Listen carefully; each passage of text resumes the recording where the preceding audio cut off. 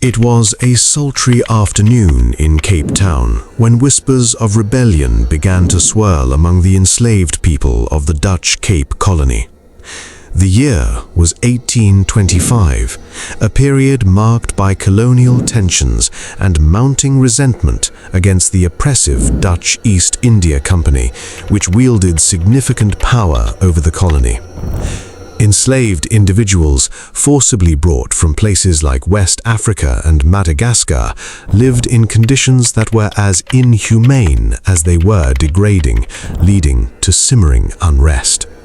The spectre of the Haitian Revolution of 1791 loomed large in the minds of the enslaved, igniting dreams of freedom across the continent.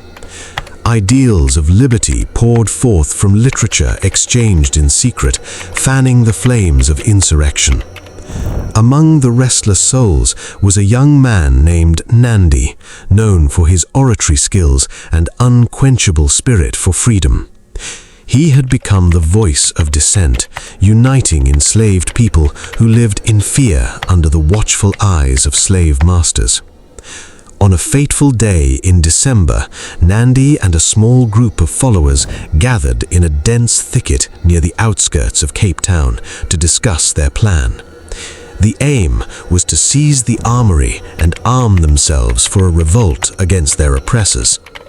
This clandestine meeting, however, attracted an informant, a half-hearted enslaved worker eager to curry favor with the masters. That very night, the informant whispered tales of treachery to the slave drivers, who were quick to mount an offensive. When dawn broke, the once peaceful thicket was swarming with armed guards. They captured many of the conspiring rebels before they could even set their plan in motion. The horror that followed was swift. Nandi's resolve, it was reported, never faltered, even as the lashes fell upon his back. He became a martyr for freedom, a ghost whispering vengeance among those still bound in chains. In the wake of this foiled rebellion, the colonial authorities unleashed an iron grip across the colony. New laws were instituted, tightening restrictions on enslaved peoples. The seeds of rebellion, however, could not be uprooted easily.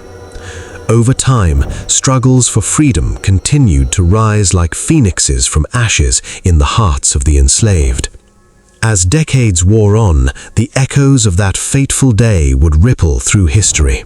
Nandi's sacrifices and others like him would not be forgotten. Their story became a catalyst for future resistance movements, guiding the souls that came after, a testament to the enduring quest for freedom in a land rife with oppression. In subsequent years, especially as abolition movements gained momentum worldwide, the Cape Colony witnessed discussions and actions pointing towards emancipation. Nandi's dream of freedom found new life in the hearts of many, leading ultimately to the end of legalized slavery in the region.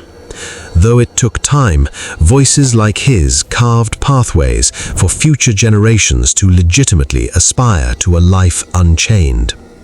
In death, he became emblematic of a struggle that was far from over, transcending not just his time, but inspiring uprisings and dialogues over the bridge of years. A brutal legacy had given rise to a legacy of enduring hope, filled with the dreams once whispered in the thickets of the Cape.